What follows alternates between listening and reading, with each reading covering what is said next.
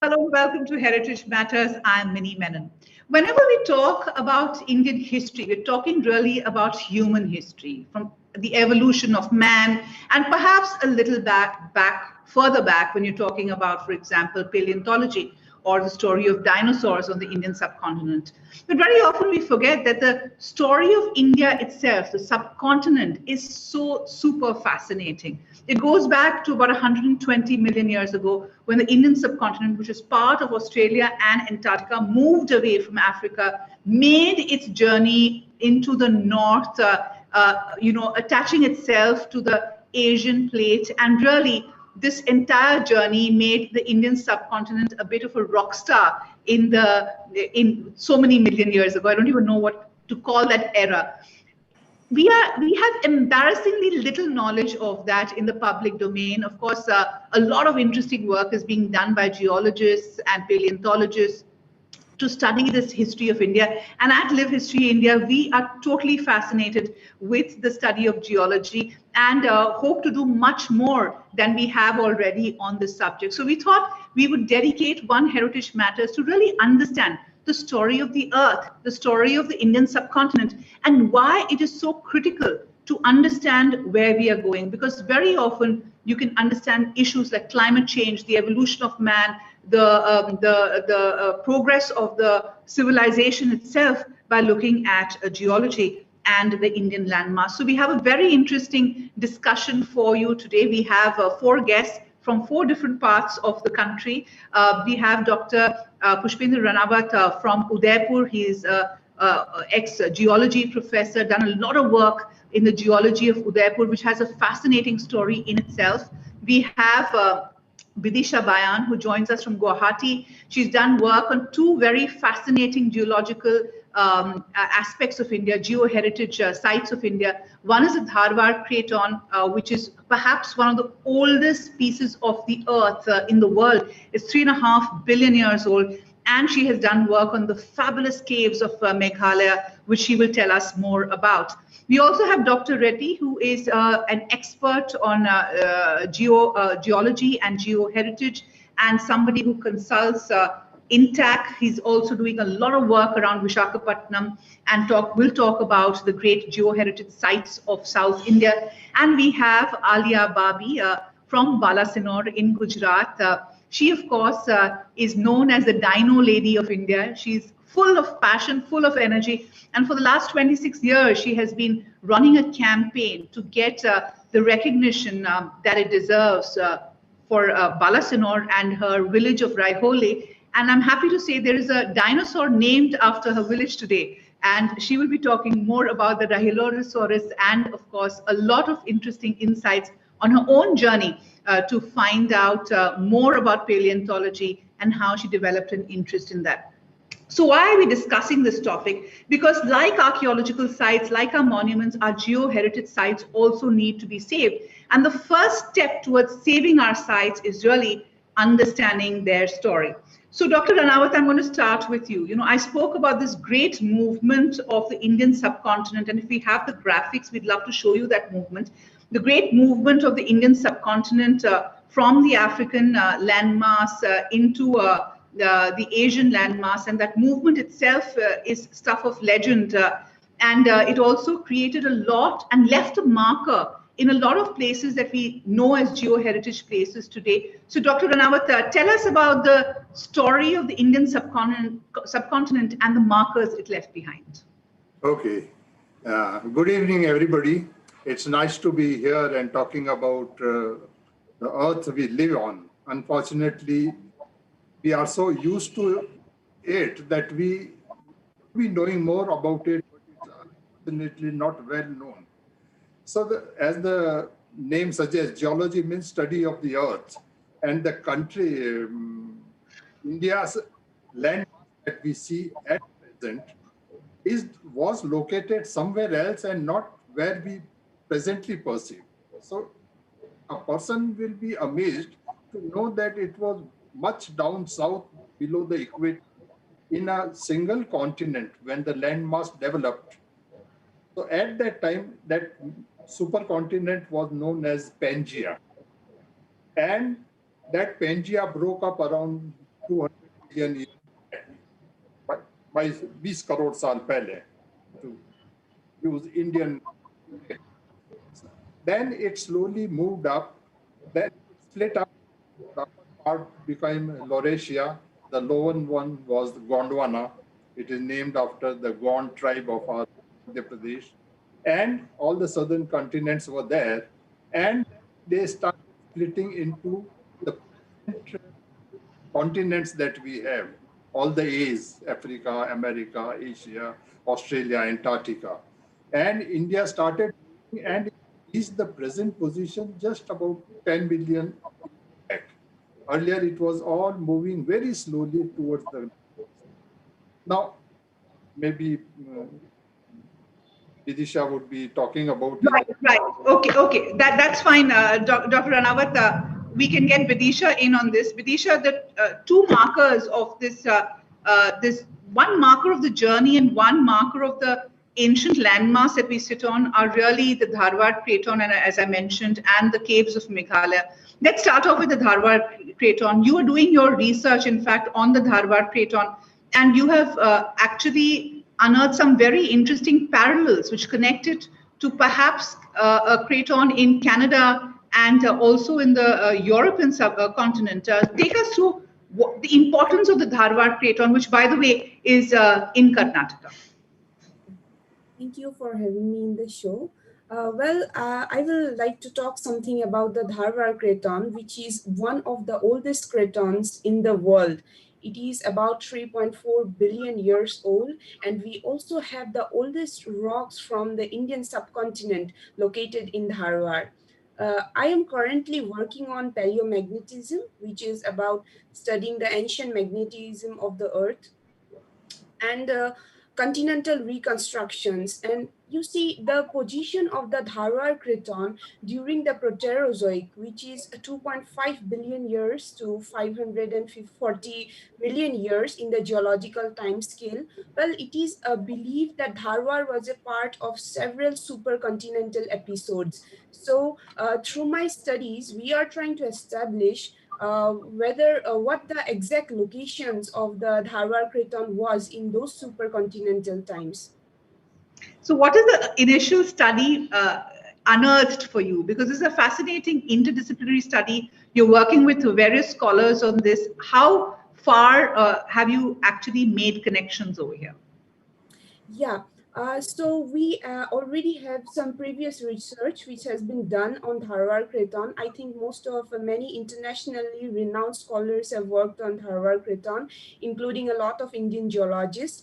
But there are some constraints which have not been worked upon, like the position of the western Dharwar Craton. Actually, the Dharwar Craton is divided by the close-cut granite into two parts, the eastern Dharwar and the western Dharwar. So we are trying to go back and see in time where these exactly the western Dharwar Craton or the block of the western Dharwar Craton was located.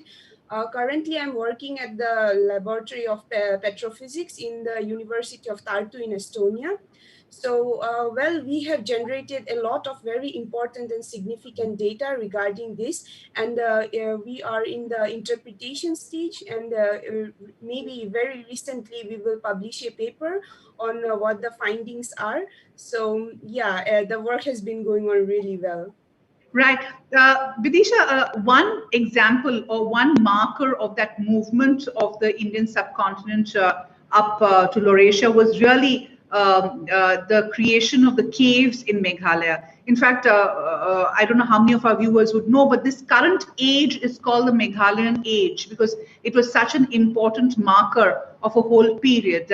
Take us through that, and we will, of course, talk much more at length on the caves of Meghalaya, which really reflects so much because the whole Shillong Plateau itself has a huge story behind it. But tell us about how this particular cave network, which is among the longest cave networks in the world, reflects this journey of the Indian subcontinent. Yes. The cave network in Meghalaya is one of the most spectacular in the world, and it runs more than 427 kilometers, and 980 caves have been discovered.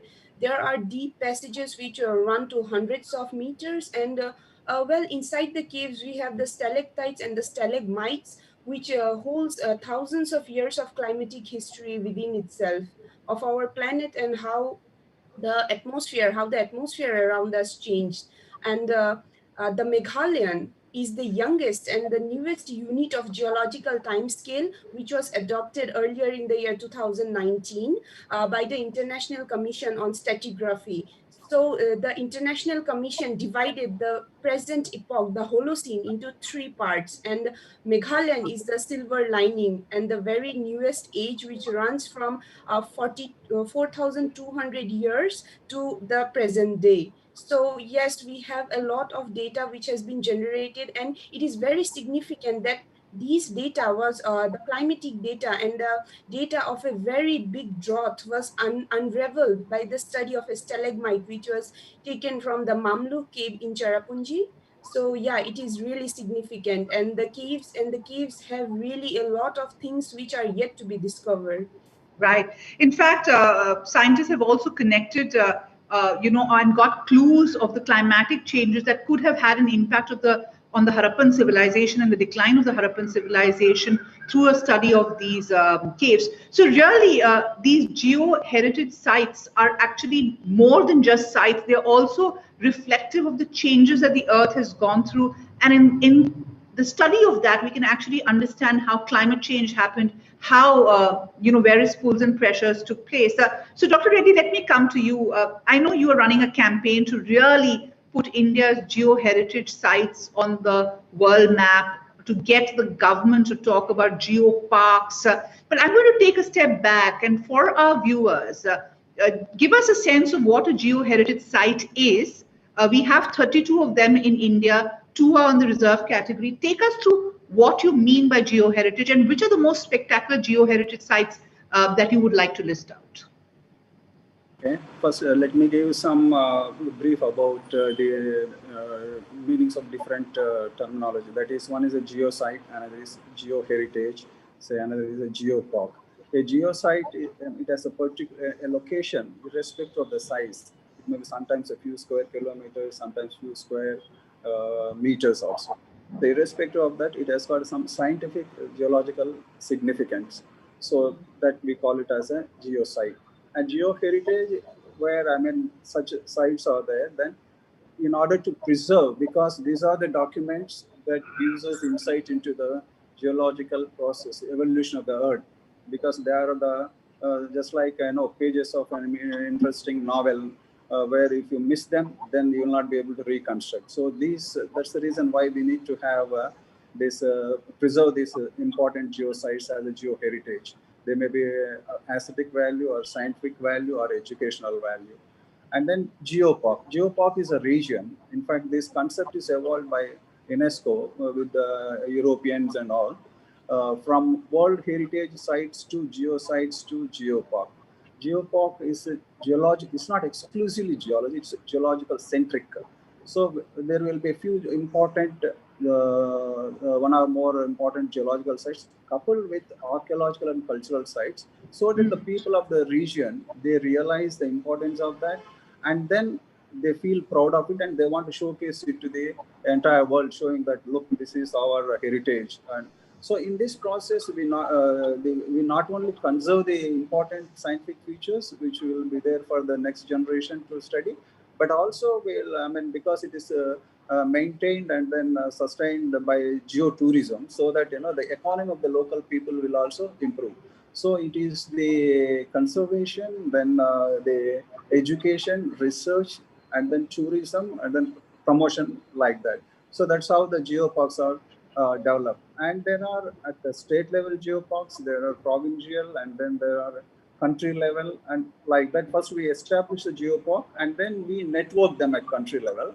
And these network geoparks should become a member of the regional geopark. Say, for example, there are Asia Pacific region, there is Asia Pacific Geopark Network. And for Europeans, they have a European Geopark Network. For African region, there is African Geopark Network. after becoming a member of the one of these regions, depending upon the proximity to this region, then we have to qualify to become a member of the global geopopulate. Okay, so I'm going to ask you to pause over there, Dr. Reddy, because this is now getting very technical. So my question to you is that we don't have any geopark in the country today. And one of the reasons we're doing this is to really put the spotlight on the need for more geoparks, for really developing these geoparks as consolidated units. But we will come back to that. I want you to list the great geosites. You know, for example, in Mumbai, you'd be amazed to know that in Andheri, which is a suburb of Mumbai, you have something called the Gilbert Hill, which is this monolithic basalt rock edifice, which is absolutely spectacular. And there are only a few in the world. And a similar, a block in the US is one of the biggest sites of tourism. In Mumbai, the sad plight of the Gilbert Park will shock you because Gilbert Hill, I beg your pardon, because in 2015, you actually had a real estate developer try to break down the park using water hoses, powerful water hoses to blast through the park. And the only reason, when we've done a story on this, the only reason the Gilbert Hill has survived is because of a little temple on top of that, which people, the locals go to. So it's really a marker of the plight of our geo-heritage sites and the lack of concern that we have for that. So this discussion is really important, and we will get you more on the actual geosites of India. But let me get Alia in on this because we always balance the bad news with the good news, Alia. And the good news is that something like Balasinor can happen in our lifetime. And you've worked on Balasinor for 26 years. I've had the privilege of spending time a whole day with you at Balasinor and seeing those amazing dinosaur fossils and eggs. By the way, for your information, Balasinor is really the third largest dinosaur hatchery in the world. And Alia has a very interesting story of how the campaign for Balasinor really started, Alia, and how it has become what it is. Take us through that journey. Very good evening to all of you. It's a pleasure being here. My journey started 26 years ago when I was not at all interested in paleontology or geology, because I'm a humble student of English literature, as I say so. But I got interested because this site was very close to my hometown of Balasinor. And I was literally pushed into it by some friends that I need to do something for my village. I need to use my my voice and my contacts to actually preserve this site. So this site was actually discovered in the 1980s by chance. So we had two mappers of the Geological Survey of India who were here on a systematic mapping mission, and they were looking for mineral deposits, etc. And by chance, they came upon the fossilized remains of the dinosaurs and also eggs, which coincidentally has a very interesting anecdote, which I have said it in a lot of times. You see, when paleontologists and geologists, they go to search for fossils, they generally go to mines and all. So Dr. Ranawat, I'm sure in your mines in Udaipur also, I'm sure there will be some fossilized remains of the dinosaurs or prehistoric animals. So here, when these villagers used to dig for limestone, they used to find round balls, limestone structures, which they did not know what they were. And they used to use it to line the garden pathway of the mine manager's office. My God. Yeah.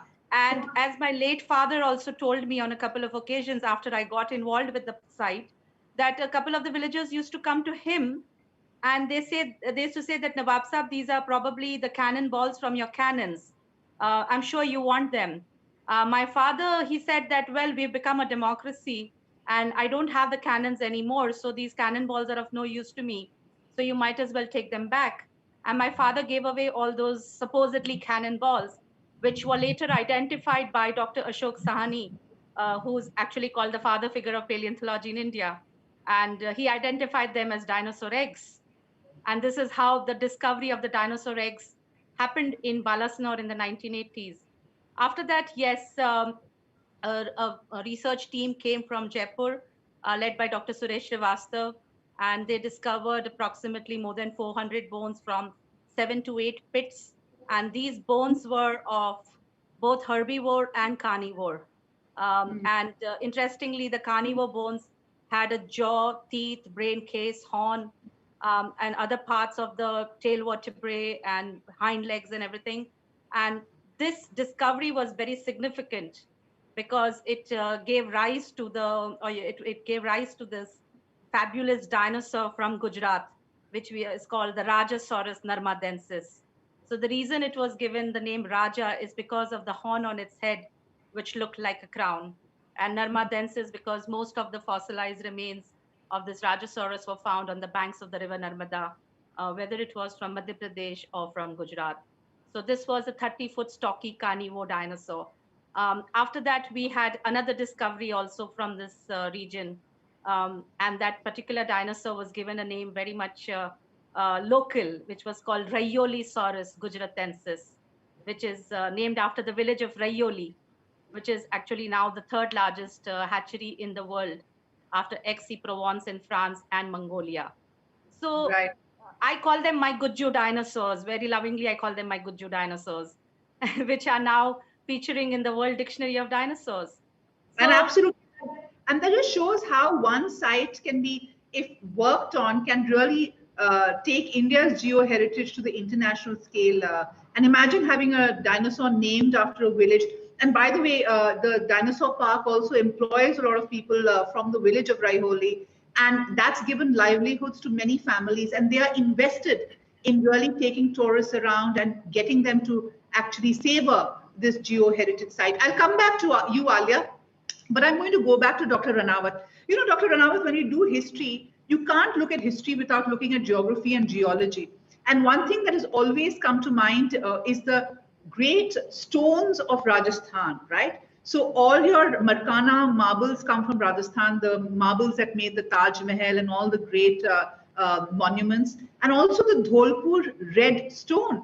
Because from the Red Fort to the Agra Fort, all the great monuments of the Mughal, the redness comes from the Dholpur red, stone. We've actually extensively documented the Dholpur story. But tell us why Rajasthan became this repository of this great sandstone wealth, marble wealth. Actually, it's all part of the geology that we had started earlier. So India as such has large history, right from 4 billion or 4,000 million years to the present. And Rajasthan has fairly good representation of most of the rocks. So we have igneous rocks, sedimentary rocks, and metamorphic rocks. And the quality of marble that we have at Makana is really very good. So we find it right from Indus Valley civilization.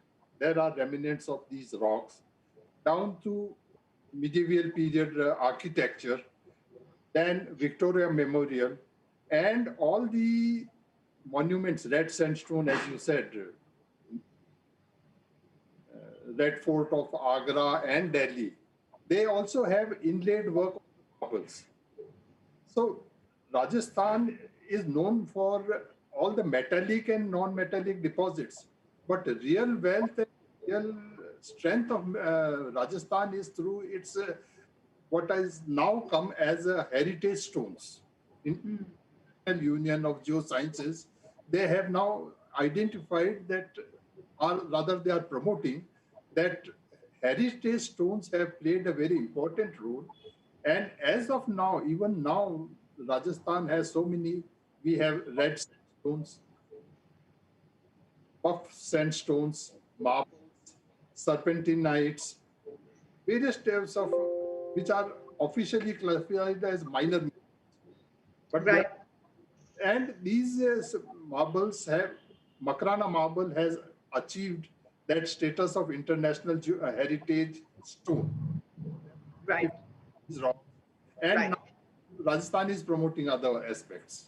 Right. So, of course, you know, when we talk about the history of Rajasthan, we're only talking about the dynastic history of Rajasthan in most cases. But the geological history of Rajasthan is quite amazing because out of the 32 geosites in India, 10 of them, I think, are in Rajasthan itself, which shows the kind of geological wealth.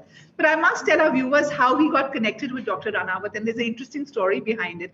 Because Dr. Ranawat has been working towards the the promotion of a very interesting mine complex.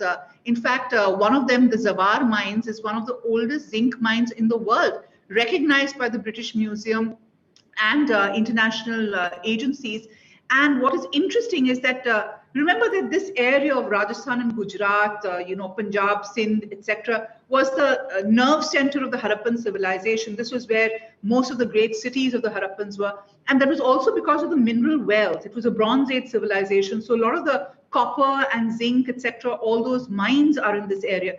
Now, in the site of Dharwar, I would like you to tell us about the site of Dharwar, Dr. Ranawat, and also the fact that not only is it a geo-heritage site, it's also a very important archaeological site.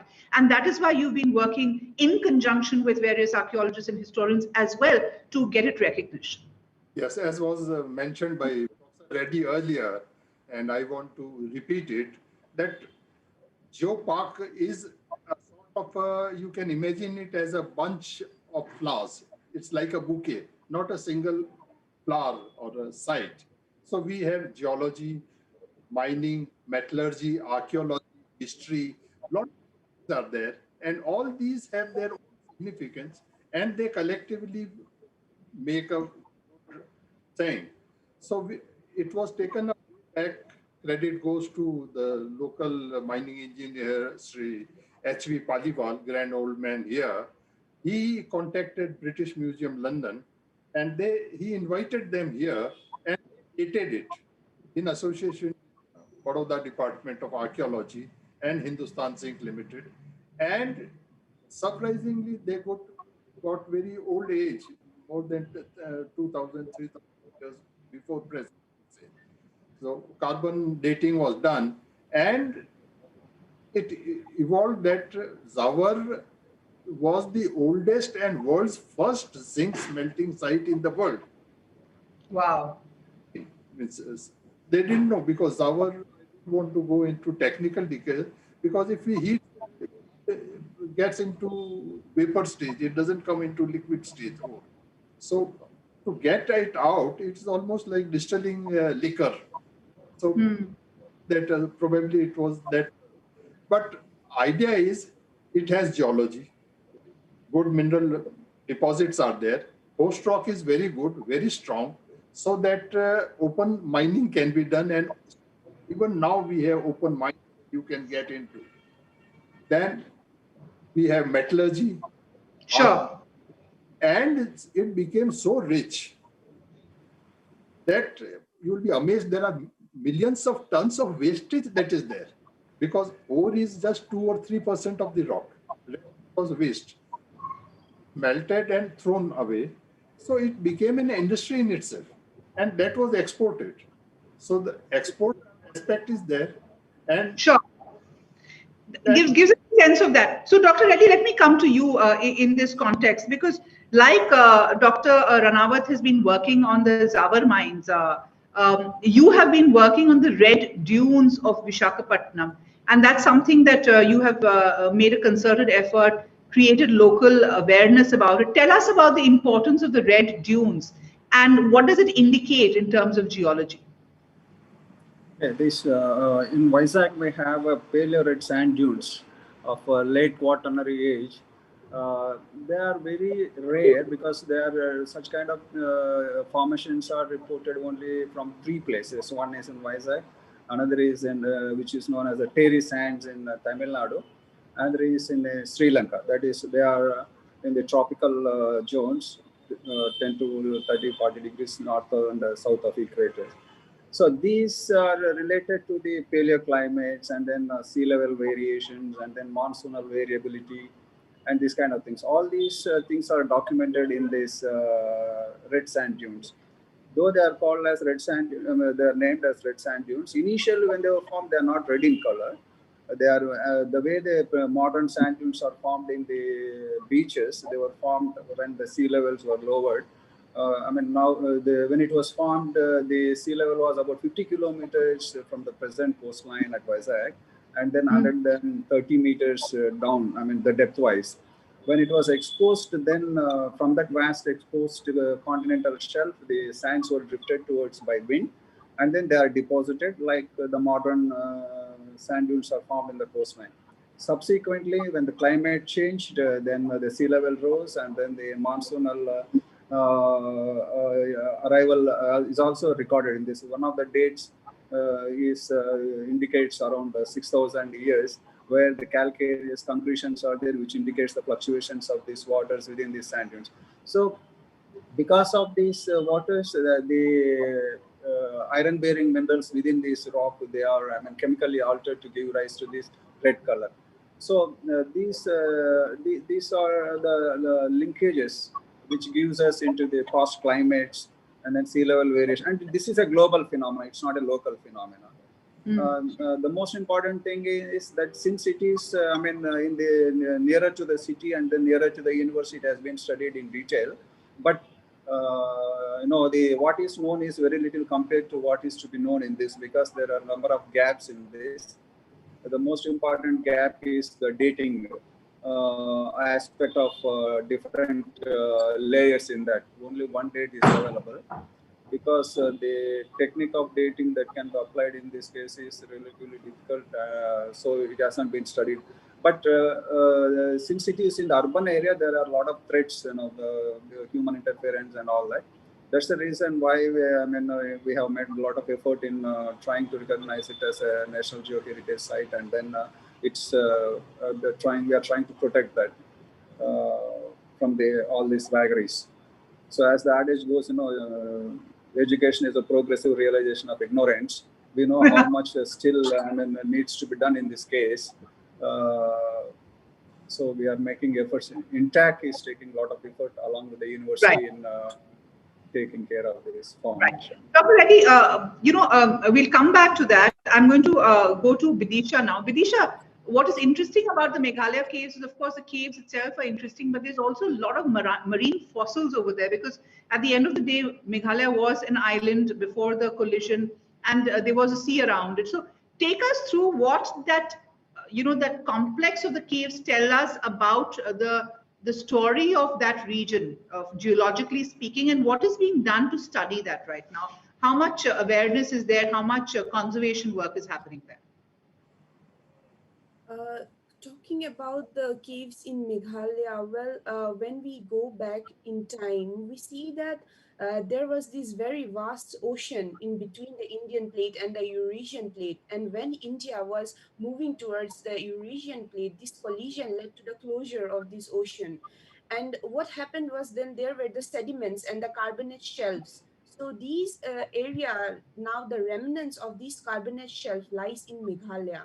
And since it is since the rocks are carbonate rocks, they are very prone to weathering. And as you know, there is a lot of waterways in the northeastern part of the country.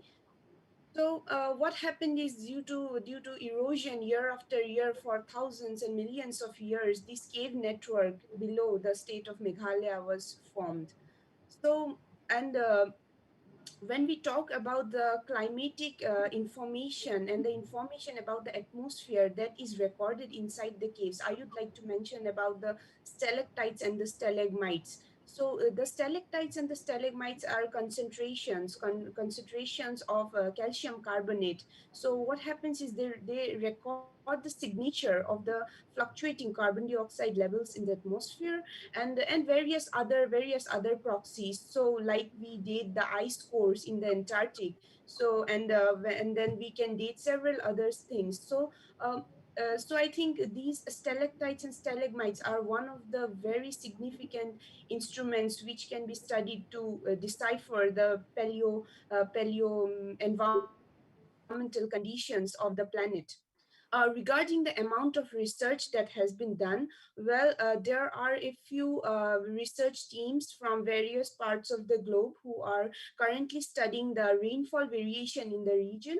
And also, as I said, the Meghalayan age has led to a lot of new interest in these caves. So people are coming forward to study these caves.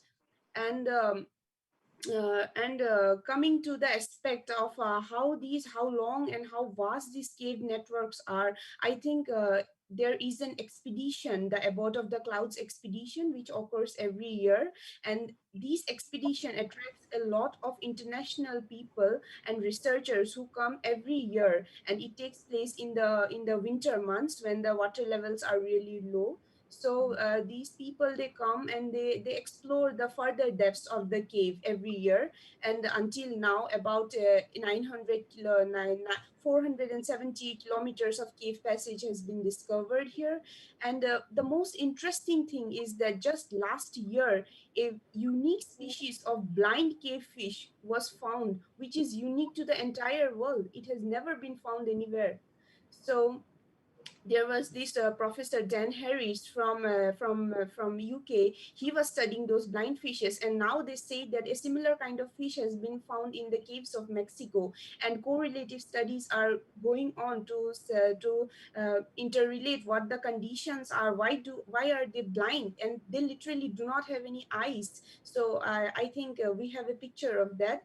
And National Geographic recently documented these caves, and the longest sandstone cave was also found in the Meghalaya. So yes, I think it holds a vast treasure of knowledge for us. The only thing is, yes, we need to explore it more, and we need to talk about the conservation, how we can conserve these caves, because a lot of rampant activities have been going on. Right. In fact, I'm almost, so excited about geology that we should start another arm of Live History India, which focuses only on geology, I think, after this conversation. But Dr. Ranawat, let me come to you. We've got some interesting viewer questions as well. I will ask you. First is, should few aspects of geological practical be enforced in schools along with science practical to instill an interest in geology? I sometimes feel, Dr. Ranawat, that there's so much of money in geology because it's got to do with minerals and mines and, a lot of industry, hard industry, that very often the historicity of geology becomes, ignored. Do you agree with that? I mean, most people are looking at geology more for the mining aspect of it rather than from the historic aspect of it. How do we get students more enthused about it? Actually, first thing is that geology is not taught at school level. So people are not aware of geology as such, although they are using geology every day, but they are not aware of it as a subject, the type of education system that we have. So one of the reasons is that it should be introduced at school level, and it should be popularized through what you are doing right now, through newspaper articles and internet and other aspects that we are doing. So historical aspect, and you have to link the importance of these aspects with our history and society. The society has benefited from it a lot, right from beginning. Even in history, they say that we are fascinated, we fail to understand how the ancient kings could build such large palaces, hilltop resorts and dams and temples and all that. Idea is that we had large resources of minerals, and they were not only produced, made us rich, but they all were also exported. Of spice route, we know of silk route. We don't know about metal route. Even the metals, they were being transported, produced, and transported out. So, impact on the society. Route is going, so there are stations, intermingling of culture and history takes place, and social development takes place. All these aspects, Jaisalmer, some of the cities of Rajasthan, Western Rajasthan, developed because of these. And even Zawar and Gujarat port had a very good connectivity, and from there the material was exported for thousands of years, and even on the land, right from Indus Valley civilization, as I said, the material was going and being utilized by human beings. So their impact on society and history is fantastic. So right, absolutely fantastic. And in many senses, when you do history, you can also make out the Bronze Age civilizations were in the western flank of India, which is rich in copper and zinc, and by the time you move to the Iron Age, it moves east into the Gangetic Plains. And we did a story, for instance, and it's always amazed me why Ashoka was so keen on Kalinga, for instance. The Kalinga War is something that we've all learned about. But Kalinga is important because some of the biggest iron ore mines are in that region of Odisha. And if you actually look at it, I mean, look at Vedanta and the Niyamgadi mines, right? I mean, all of that is there.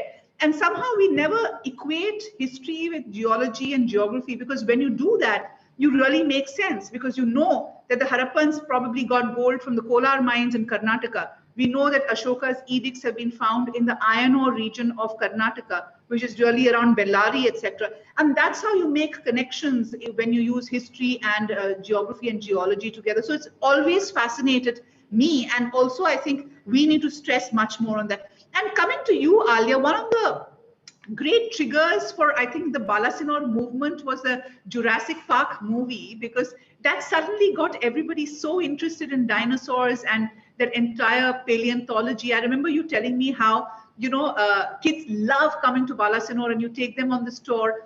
And it is really India's Jurassic Park, isn't it? So, what has worked for Balasinor is the fact that kids have become excited. People have become excited about its heritage.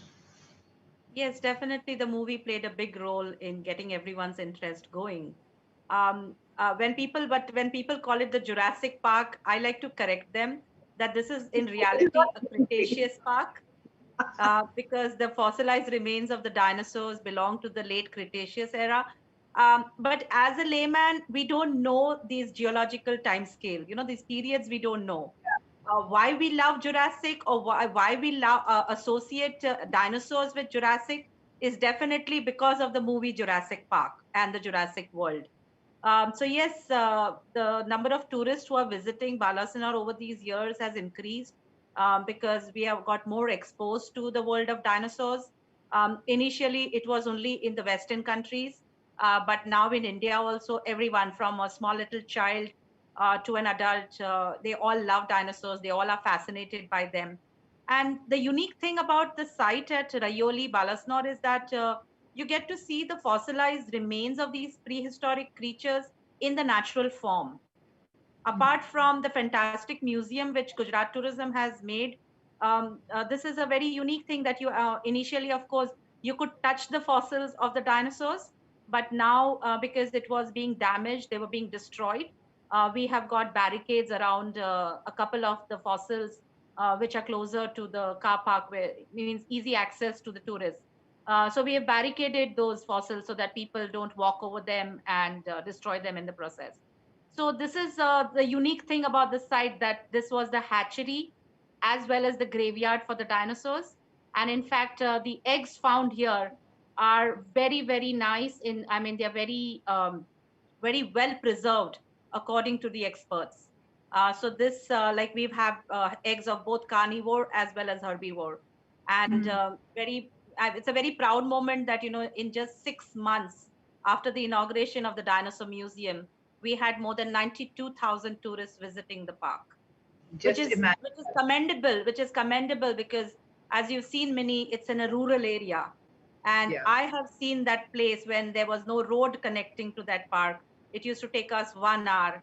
And when I was going with all my applications to get this park protected, and I wanted development and all, and I was told that who's going to come to this place? I was told, who's going to come to this godforsaken place?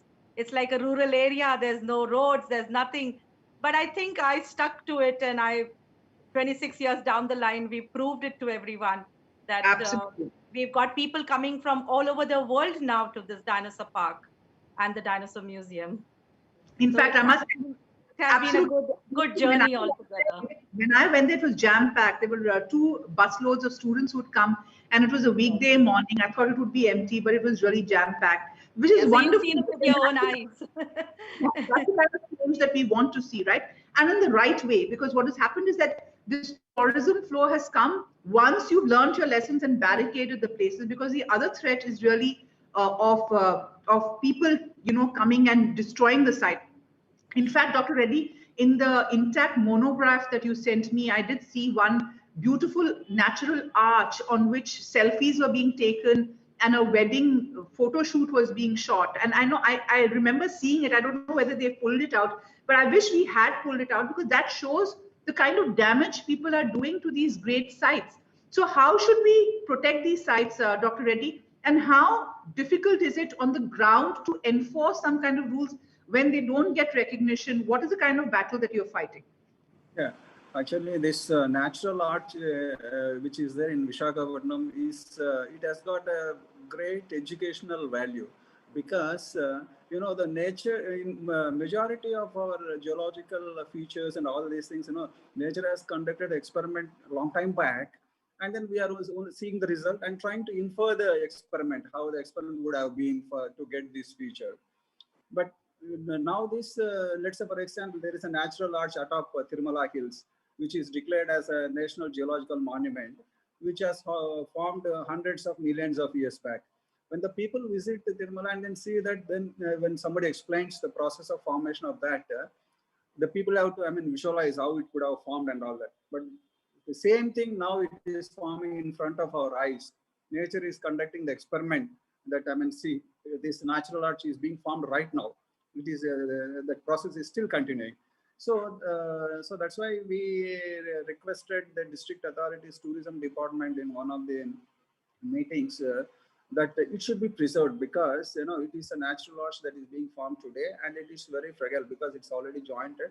And if that roof, for any reason, you might have seen in the photograph that it's there are joints, and then the roof is people go there, stand on that, and then dance and all that, and then take photographs. It has become I mean very attractive for the people.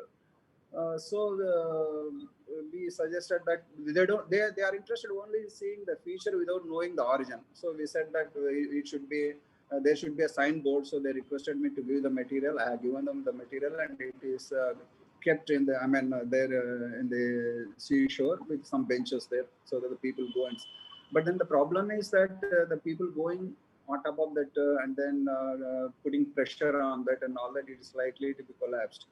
So even recently also we requested the district, we have written to concerned authorities, including the tourism and district collector, please take appropriate steps and then fence it. The way it is fenced in Tirupati, in Tirumala Hills, nobody can go and touch the natural arch there because it is fenced and locked. So people see it from the distance, take the photographs and enjoy. But here, you know, since it is in the beach area and people go there, so they are though they have kept the signboard, but then they have not yet taken the measures to protect that. But then still we are trying to protect it. Right. We've got a couple of queries So and comments which I'm going to read out. We've got Ketan Bende who asks, we've got geological wonders like canyons, caves, hot and cold desert, red desert. I mean, look at the variety. Thanks for listing them out, Ketan. And his question is, why can't we develop them, and how can we develop these places into places of tourist value as great tourist sites? In fact, the opening plate that you saw on the show was a picture, in fact, is a picture of the great canyons of Gandikota, which is also in Andhra.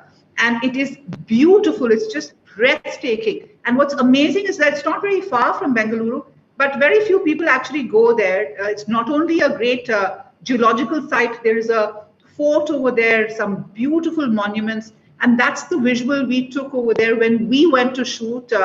And it was just breathtaking. Look at the Grand Canyons in the US and the number of tourists it gets. And look at this. I mean, it's in some senses, Dr. Reddy, it's also good that tourists don't go there and mess up the place.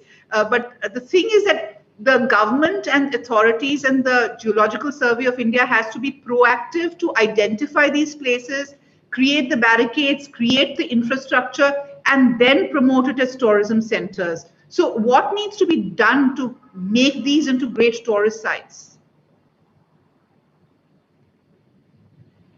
Dr. Reddy? Yeah. See, like for example, if you see this Eramati Dibalu, it is a very fragile. You know, tourism department came up with different proposals. Like say they wanted to have a night tourism, and second thing is they wanted to have the buggies in that this thing, and then they wanted to have a huge towers, viewing towers. Then we requested them, sir, no, please don't do all these things because that environment is very fragile. So no night tourism, because if you want to have night tourism, lighting should be there. For proper lighting, then you should put this, poles, etc., by digging deep into those this sandy layers, which are very fragile, because it is a semi-consolidated. It is between the loose unconsolidated sand to a consolidated rock. It is in between. So, there is no strength for this material. It is very fragile. So we said, no night tourism, please don't go for it. And then of course, viewing towers are important, all right, but you should go for light wooden structures so that, they don't add much pressure on that. Like that, we are trying, depending upon the site-specific requirements, measures we have to adopt for protecting and preserving these features. There are, Right. like say for example, there is Mangampeta barite deposits, which is declared as one of the national geological monuments, and that particular deposit is, economically is very important because that is the only deposit in our 98% of the barite deposit is there only in that place in our country, and it is so large in the world. The reserves are equivalent to 28% of the entire world reserves. So there is a mine in that. Then the monument itself is in the mine site. So protecting the geo site within the mine area is very difficult. So we wrote to the authorities, the MD there, please isolate an area which is not part of the mining phase, so that that is where for the, because it is the formation of that is very interesting because it is formed by the volcanic eruption, in the submarine volcanic eruption. So that entire deposit is formed by the submarine volcanic eruption, and then the ash which has gone into the air and then again fallen into the waters and then deposited. So from the scientific point of view, from the resource point of view, it's very important, not only in our Indian context, but in the world context, internationally Right. also. So Right. it should be preserved at least.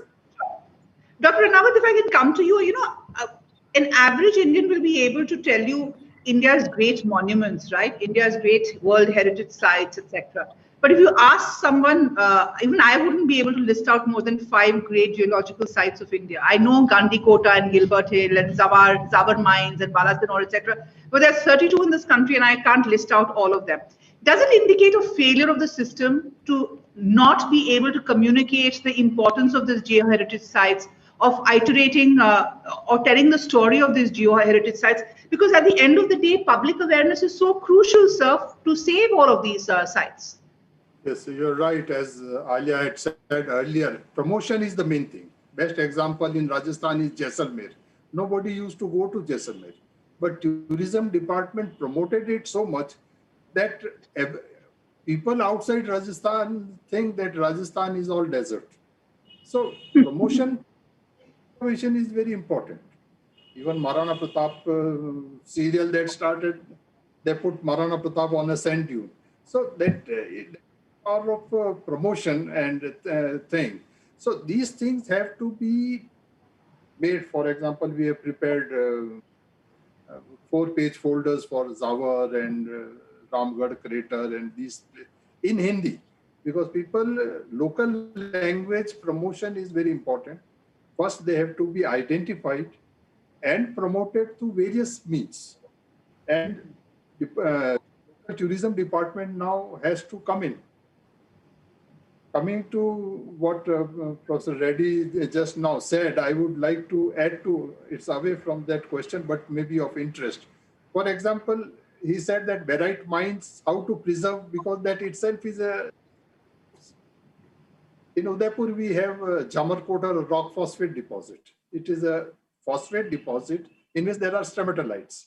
And that is one of the oldest living fossil of India, 1800 million year old thing. So that is declared a national geological monument, but it is also a mine. So what GSI had done, they had selected a hill outside and they had prepared a national geological monument place where a tourist can go, although it's not well maintained. That's another part of a story. But what can be done is that a mine, we need resources for ourselves. So these mines, another aspect should be recreated. For example, these rock paintings in Spain and France. So many people go that because of the breath also they are being destroyed. So they have completely cut off and created similar things in a nearby area where tourists can go and see how they are made. Sure. We have to recreate these things elsewhere so that people get, and coming back to your question, they have to be promoted. Promotion is the main thing. And local languages, regional languages, and of course, international languages. It has to be there on the tourism Right. department website. Dr. Rawat, like everything else in India, you need to have a very, very balanced approach to first identifying, making popular, making it a tourism site, and also ensuring they are protected. In fact, Sarita Ragade has this point saying that we need to have sustained and responsible tourism to promote such wonders. We have a rich geo-heritage. However, it is so fragile that over-tourism may be detrimental rather than beneficial. I'm going to get both Vidisha and Alia into this conversation. Now, Alia, Raihole and Balasinor, the protected park is only one small portion of the larger area, which was really the dinosaur hatchery, right? Now, with the kind of attention that this has got, how can we ensure that, and how are you sure that people are not pilfering or taking away stuff from the rest of the area? Because the dinosaur fossils that I saw were pretty much exposed. You can spot them. Is that becoming a big problem over there? Yes, initially there was a lot of theft from that site. A lot of precious eggs and fossils were stolen.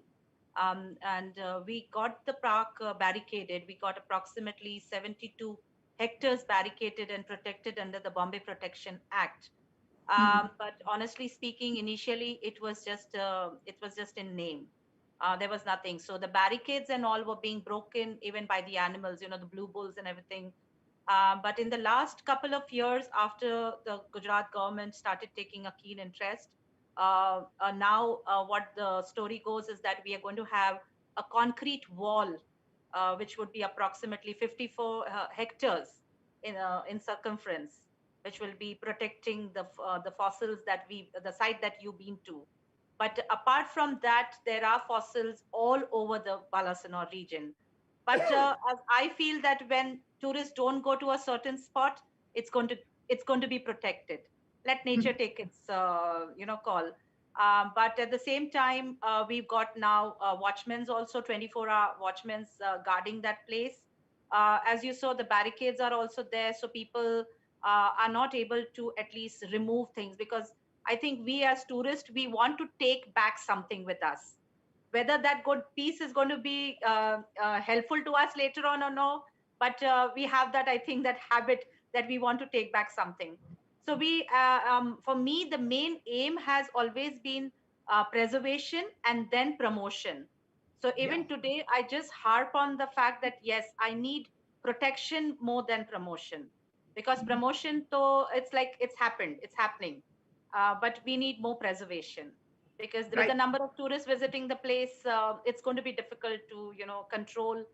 And right now we've not had any incidences where things were stolen, and I think it's very fortunate that we have no market for fossils in India, which I'm very happy about. Thank God for small mercies, Alia. Yes, definitely. I thank God every day for that. Right. Vidisha, if I can get you in here, Vidisha, is there a problem of over-tourism in Meghalaya's caves also? Because it's so well known, so many people come to see the natural wonders of Meghalaya. Is that becoming a big problem, and how are you dealing with it? Yeah, actually, the very nice thing is that though Meghalaya is very good in tourism, though there are a number of tourists visiting Meghalaya every year, because if anyone wants to go to Northeast, they want to visit Meghalaya. It's because of the sheer beauty of the place. But yeah, just that the adventure-seeking generation wants to see the cave. The youngsters, it's not that famous with the older people. They do not want to venture into these dark ways and get lost. So yes, of course, and that is also a threat to parents because they don't want to take their kids because there is certain risks. So what is happening is, well, we have a great inflow of tourists in Meghalaya, but no, it's not in the caves. Just that the local people who know the caves really well, they dare to venture into them. And then there is also a lack of equipments that we have. Well, there need to be proper agencies or tourism agencies which are who will take care of equipments to provide to the tourists, so that when the tourists go inside, they do not meet with an accident, because the caves are not just straight ways or paths which you can walk. So yeah, we haven't been having any problem with the tourists. But yes, there are certain other problems like over and excessive mining by the cement companies. And yes, there are certain threats regarding the excessive mining of limestone from the caves, and there have been incidents where these limestone companies have taken off the excessive overburden, and the caves have completely collapsed. And caves which had important fossil records inside them, and they have entirely collapsed. So yeah, but currently what we can do is just sensitization. We can sensitize the people, the local communities living in the near vicinity of these caves. We can educate them, and we can show them what the importance of these caves are. And other than a few very concentrated tourists who go there for research purpose, or adrenaline junkies, or the youngsters, I don't think there is really a threat from over tourism. But tourism Thankfully, can also. thankfully, the younger generation, the adrenaline junkies, as you call them, are more conscious, I guess, about the value of these, and they're more aware. So it's a very heartening thing. But the other side of it is really industrialization and mining, which is really the other issue, because many of these areas are also rich in minerals, as we've been saying. We've got a very active lot of people commenting on this discussion, and many of them have raised concerns about the state of affairs, and I completely am with them. In fact, we have Mani Abraham, who said something about the fossils from India, that we should have more coverage on the fossils and have fossil parks, etc. We have another comment which says that, we have done such a shoddy job taking care of the petroglyphs, for instance, in Goa. I completely agree with you. India is just full of sites which are ignored, where the apathy is so bad that we don't even know how long they're going to last. And that is why it's important to take this conversation on heritage to the mainstream and get people aware of it, because local communities play such an important role. We had another question on how you can get local communities to be part of it. Dr. Reddy, every time we talk about a site in India, we say, oh, the GSI should do it, the government should do it, we need UNESCO to give us World Heritage recognition. But at the basic level, the most important thing is to get the local community involved, aware, so they understand the value of it. Is enough of that being done?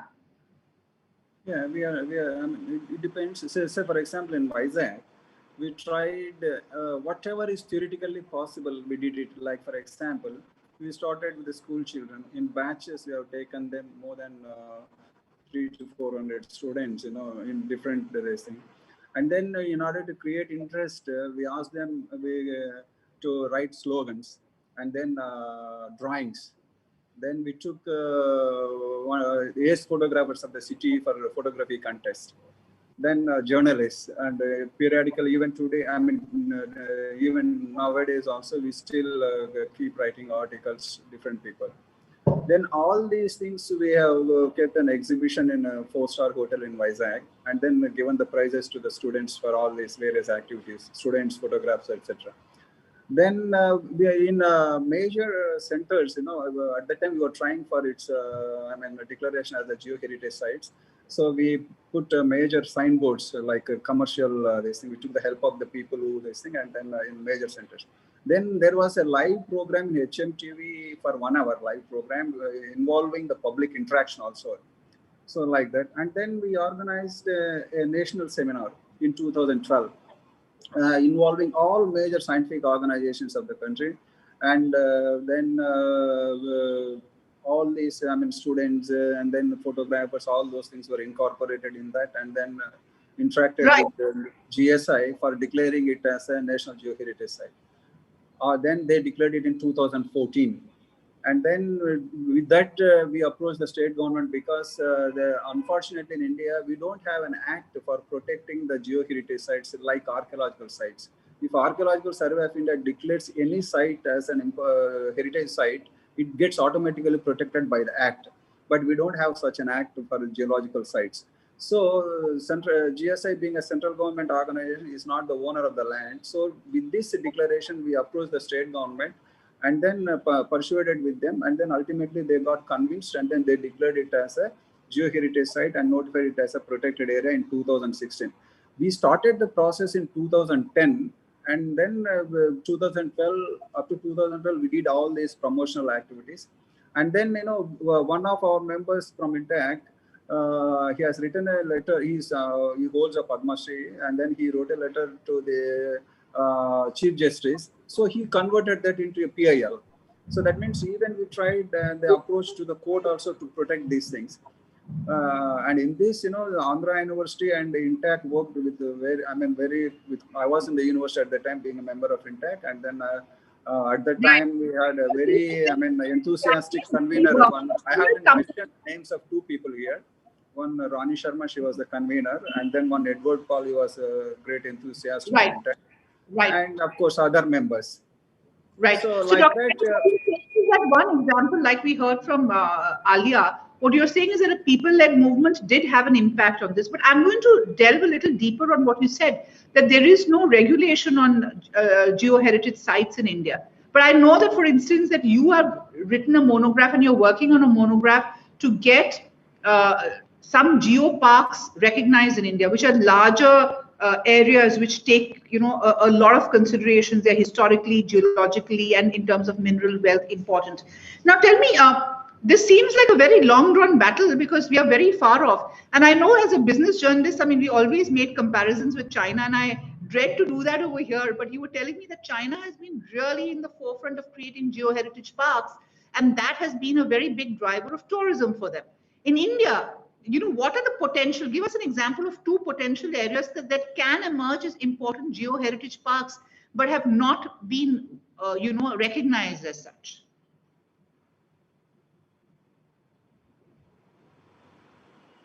Dr. Reddy? Yeah. Okay. You are asking me, ma'am? Yes. Okay, yes, I'm asking. Okay. Yeah. Okay. In fact, we have been trying for this geopark right from 2013. We organized one national seminar, first national seminar in India for geo-heritage, along with the Geological Survey of India, Andhra University, and Intact. So since then we have been trying. There are many potential areas which which can be declared as geoparks in our country. In fact, now we are preparing a monograph on the potential geoparks of India. In fact, Rana also is one of the active members who is a crusader for this. So we have, in the initial stages, we have listed about 14-15 sites, and then say from Rajasthan, from Andhra Pradesh, and then from Haryana, and even Kutch is one of the very potential geopark in our country. So there are many potential, more than immediately we can say 30-40 potential geoparks, but as a first step in the series, we have taken up some around 14-15 geoparks. We are likely to publish that in a couple of months. So from say Rajasthan, this Jawar and that area is one of the potential. From Gujarat, this Kutch area is one of the potential area, and say from Vizag and this area, it's one of the potential areas. And in Andhra Pradesh, another, you were mentioning about this Gandikota area. That district has got very high potential to be a geopark. And likewise, there are many such. Right. Okay. Let me get Alia into this conversation. Alia, we have a viewer, Arun Narayan, who asked, could Alia talk about how hard or not it was to get authorities to be interested in the site? Alia, were the authorities in Gujarat more proactive, or what are the challenges that you face to get them interested in Balasinor?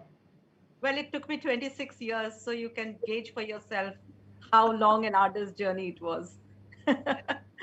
But yes, I think today I am happy that finally the government has recognized the potential of the dinosaur fossil park. Considering it's the third largest in the world, and we, as I mentioned, and you've seen it with your own eyes, Vinny, the fantastic museum at the village of Rayoli, which is just not talking about dinosaurs. It is also talking about how the earth evolved. So we have one gallery which is totally dedicated to, the evolution of the earth. We have also one gallery dedicated just to extinction, where 80% of the flora and the fauna perished due to the meteor and the Deccan volcanism. So yes, it has been a long and arduous journey for me. It was not easy. There were many times when I just wanted to give it all up, thinking that nothing's going to happen. But something or the other kept pushing me, and today I'm most happy that the Balasno Dinosaur Park is now world famous, and we have a lot of people coming. And most important, I think the two important things that we have managed to achieve is definitely the Dinosaur Museum by Gujarat Tourism, and the giving employment to the local people. Yeah, so you see, we have employed more than 30 to 40 people in the museum and the fossil park, all from the local areas. So we have not uprooted them from here and taken them to the cities. Rather, we have brought employment to the very doorstep. So these are the two. I must add that it is important to get the government in your side, because Balasinor for me also proved that not only has a Gujarat government recognized it, it has embraced it, because the museum is really a world-class museum out there, and that really aids the storytelling aspect of it. It's very important to tell the story if you want tourists to come. And as you were saying, 92,000 tourists coming in. It just shows the number of people who can be potentially revenue sources for parks like this, because it's very important to get revenue to sustain these parks, isn't it?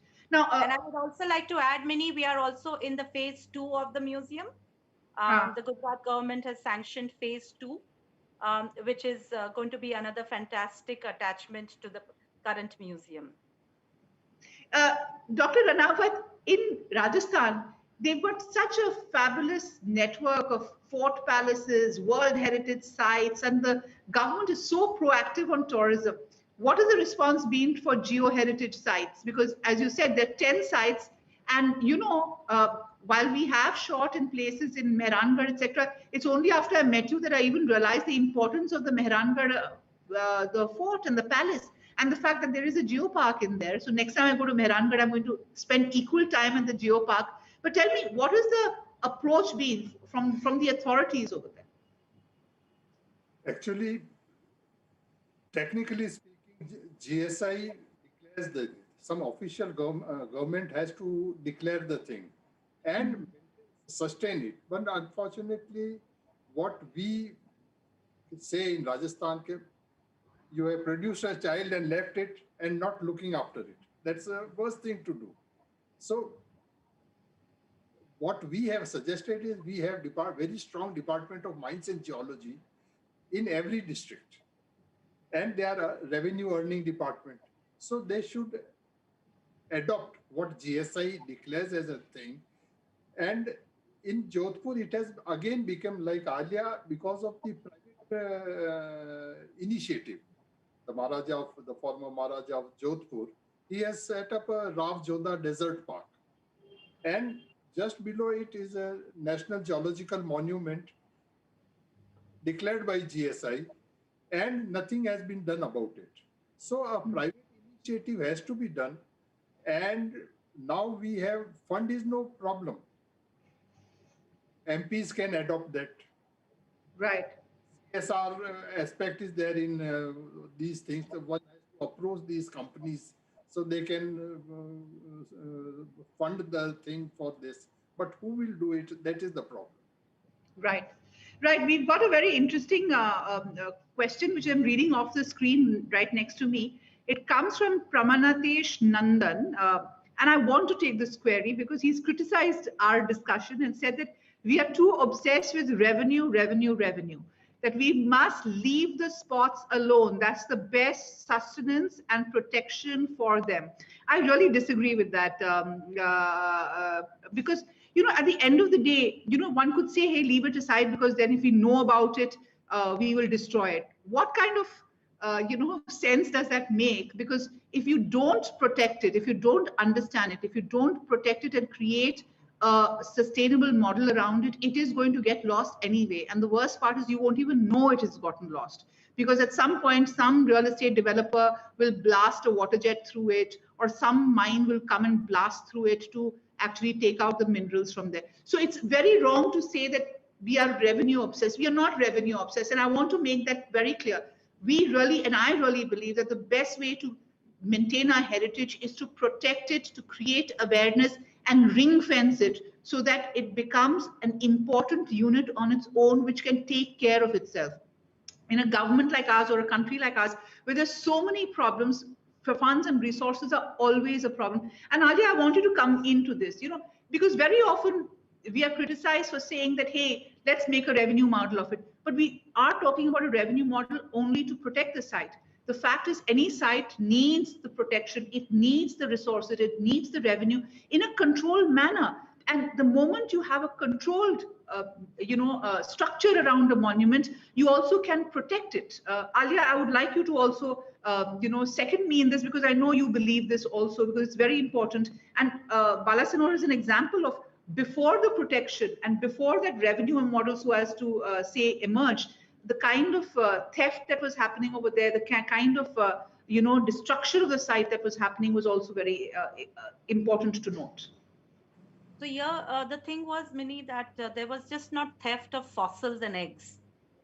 There were also the people who were taking the soil and the rocks for the foundation of the houses.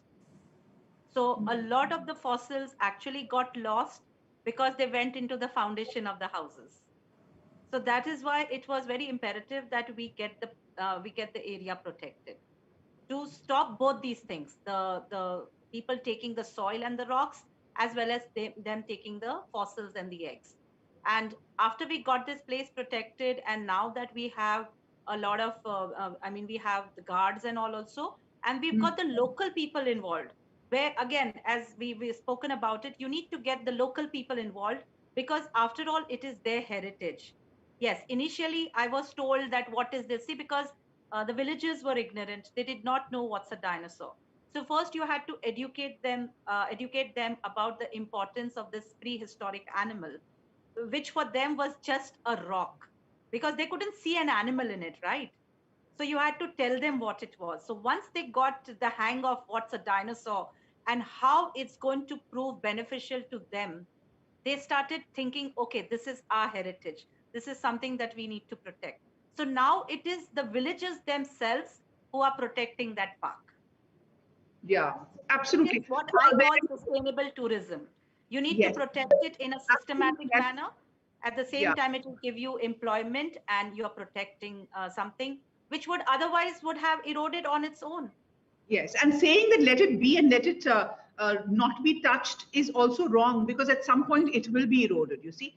And the reason we have to put the spotlight on these sites is that they are under great threat. They are at risk, and we need to protect them. In fact, there's a very lively debate happening on whether how we should look at it. Sustainable tourism is one thing. We need protected tourism sites, and that protection of the tourism sites comes from the local level, comes from authority, comes from stakeholders, and also having the resources to protect that site. There's no point having all those barricades if you don't have people to guard those sites also, So I think that is what is really of moot importance over here.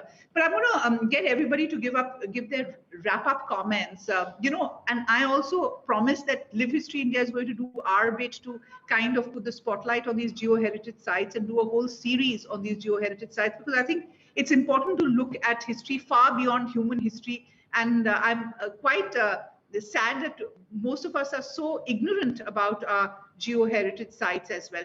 Dr. Ranawat, if you want change to happen, what would you like? If this is a platform that we've given you to talk about geo-heritage, what would you like to see as far as geo-heritage goes? You've spent a lifetime studying geology, teaching geology, campaigning and canvassing for sites like Dharwar. What would you like to see? First is, as is well known, we are not aware of the things. Yeah. So awareness, we say identify, then protect, then promote. This is the sequence that we have been adopting. So if you are not aware of a thing, for example, rock phosphate that is there, or these fossils are there, or even Indus Valley civilization excavation was for railways. And that's how they came to know about it. And most of the things have been dumped into the railway line that was laid down. So identifying them and then protecting them. And if you are protecting, naturally, economics come into revenue generation has to be there. Without revenue generation, there is no point. That aspect, as you have said, has to be there. And that revenue generation is for the local people. For example, absolutely. Livelihoods containing, yeah. Every time we go there, sab ye kab ho raha hai, hamare bhi, so naturally there will be tea stalls, even petty things.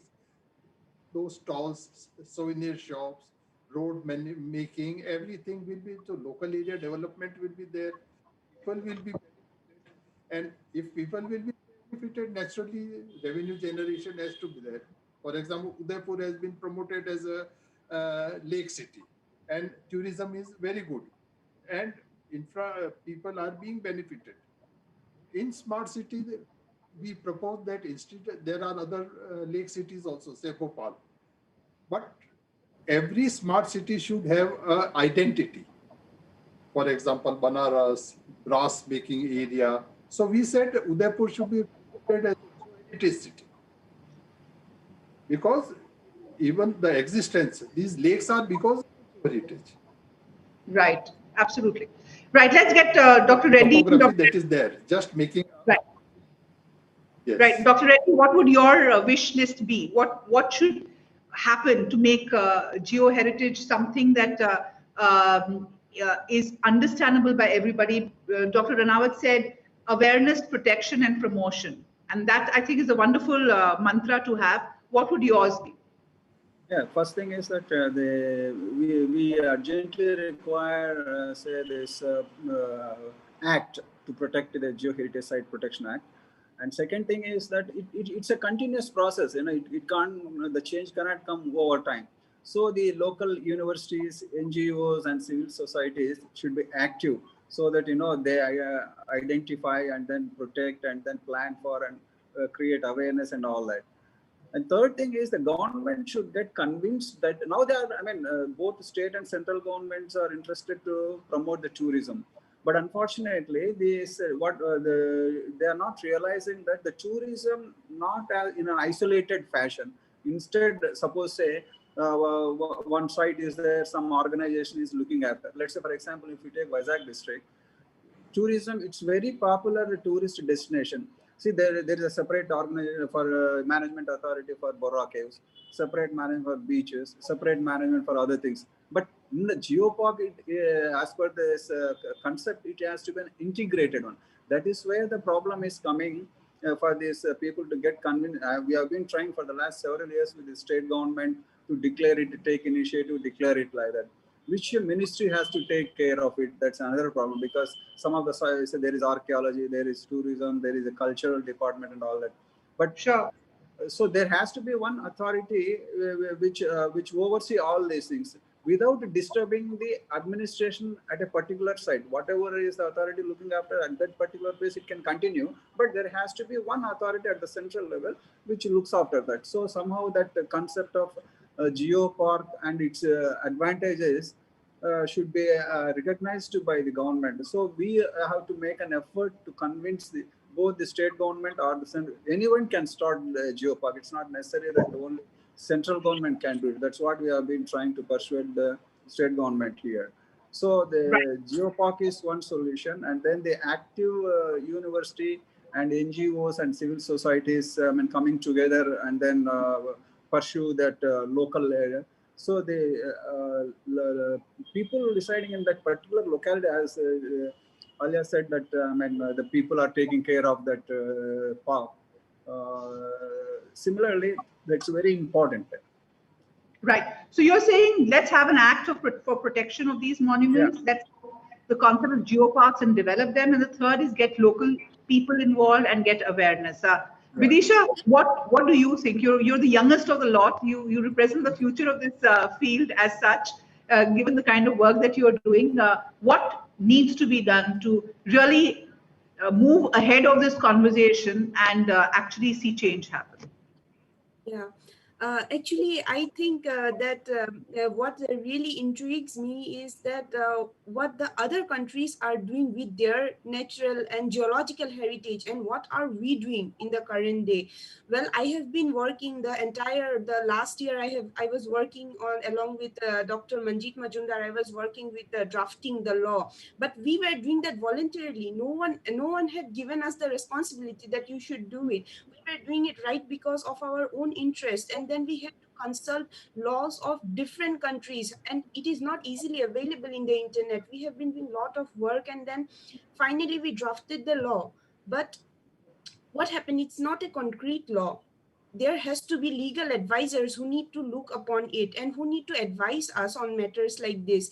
And you see, there are two perspectives, like the abiotic part of the environment and the biotic part. We have a biodiversity law in our country which says that we cannot take plants or unique species of plants out of the country, but we do not have a geodiversity law. That is where we are lagging behind. Without the geodiversity law, all the fossils, if someone wants to take a fossil out of the country, no one is going to stop them. They can do it. There are times when dinosaur eggs was sold to foreign tourists for just 500 rupees. So that's really a matter of shame. And I think that until and unless we discuss it among ourselves, it's not going to work out. Bureaucrats, policymakers, and influential people who are the higher authorities, they should come forward to help us, because they know the way forward. And what we can do is just in our personal levels, we can just try to change things, but they are the ones who are in the real positions in the society, the politicians. Well, I don't know whether it's their ignorance or they do it deliberately, that they ignore matters of such importance, but I think we just need to take it forward. And also about the previous comment that the person had given, that we should not focus on revenue but rather leave it to nature. Well, you see, there is a very important thing which I would like to say. In 2001, in Europe, the concept of geoparks came into being. Right after 1 year of its implementation, China came up with 15 geoparks. Why? Because they saw the immense potential that the concept of geoparks had, how local communities can sustain. And then you see in India, well, what he is saying is completely contradictory. In India, we don't have any laws. That is why people are vandalizing all our natural resources. You know, even people in the geology background, they do not know how we should protect. You know, students from the geology department go to the field and they just collect the fossil. They can collect bags of fossils and no one is going to stop them. What are we leaving for the future generation? What we really now need is a law, and something which, when we implement the law, everyone needs to obey it, and then we need to sensitize it at different level. Maybe we can integrate it with the concept of geoparks, or there should be a nodal ministry who will take up these who will distribute the work to different ministries, and then there will be smaller divisions in states, and then we can have smaller divisions district wise, so that all of the geoheritage that we have and all of the important monuments can be protected. Yeah. Right, Virisha, very well said. I really applaud you. I think the fact is that we are facing vandalism, and that's the simple word to use. And that's not only in our geoheritage sites, it's also in our monuments, it's also in our archaeological sites. And what we really need are stricter laws. At least over there are laws on paper. I'm amazed that there are no laws when we're talking about geoheritage. I mean, it's something that is really shocking. Now, Alia, I'll let you have the last word. I love promoting Bala Sinor and the work that you have done, because it really gives us hope of what can be done. But really, what are the 2-3 things from your own example that you see needs to be cast in stone? Because, you know, for every problem that there is also a solution which has worked. So, people don't have to spend another 26 years to get where you have got, Alia. There could be easier ways to do it, looking at your example and learning from your mistakes. And that's why I think the case study model is so important, where we really look at what has been done, how it's been reflected. And this can be a great success model that can be showcased in every state to say that this is a potential of what we are doing. So given that, what are the 2-3 things that you'd like to see happen? I don't have anything much to add, because whatever were my thoughts were exactly what my 3 co-panelists have said. So I could just echo their sentiments. But yes, India does have a lot of potential when it comes to prehistoric Earth. And we just need to become aware about it. So I need more awareness. It could help by having geology as a subject in schools. When I had heard lately that they were going to incorporate geology in school curriculum. I don't know how far that's gone. We need stricter laws to protect the fossils. We need stricter laws. We need more promotion, as in, and of course, before that, the protection has to come. And I mean, you'll be very surprised to know that there are more than 30 dinosaurs from India. But are we aware about them? No. Why? Because there's no awareness. So right. Through this museum, I don't think only this museum can help in doing that. We need more such museums, more such institutes trying to, promote this, trying to educate the masses what India has to offer. Right. I'm very happy to say, thanks so much, Alia. I'm very happy to say that Pramatesh Nandan, who actually pointed out that, we are only talking revenue, and we should just leave aside all our geo-heritage sites, seems to have been convinced by our argument and discussion, because he has said he's complimented Bidisha for her take on what needs to be done with our heritage sites. And he said that, he also agrees. He says, and I'm going to quote it, I'm not wearing my specs, so forgive me. He says, you are right, that can be a model. Local involvement is one of the best ways, but I view it from an angle of the government not actually looking in the best interest, and from an academic angle. Thanks for that clarification, Pravatesh. Yes, you can always look at the glass half empty, but the point that we're making on this show is really the need to look at examples that have worked, list out the issues, and really address these issues on a larger spectrum. Saying that let's just make sure that nobody notices our geo-heritage sites and keeping them aside is not an answer for protecting them. As Dr. Ranawat says, let's create awareness, let's protect them, let's promote them, let's make it self-sustaining models where you can add museums to them, get local participation, local livelihoods, and that's how we'll create a platform for these geo-heritage sites so that our future generations can benefit from them and we don't lose them at the rate we are losing them now. So Bidisha, Alia, Dr. Ranawat and Dr. Reddy, thank you so much for joining us this evening, taking us through your views and having such a hearty discussion on this issue. We promise to do a lot more, and I hope to get all your support as we delve deeper and deeper into India's geo-heritage, and I'm super excited about it. Thank you so much. A pleasure.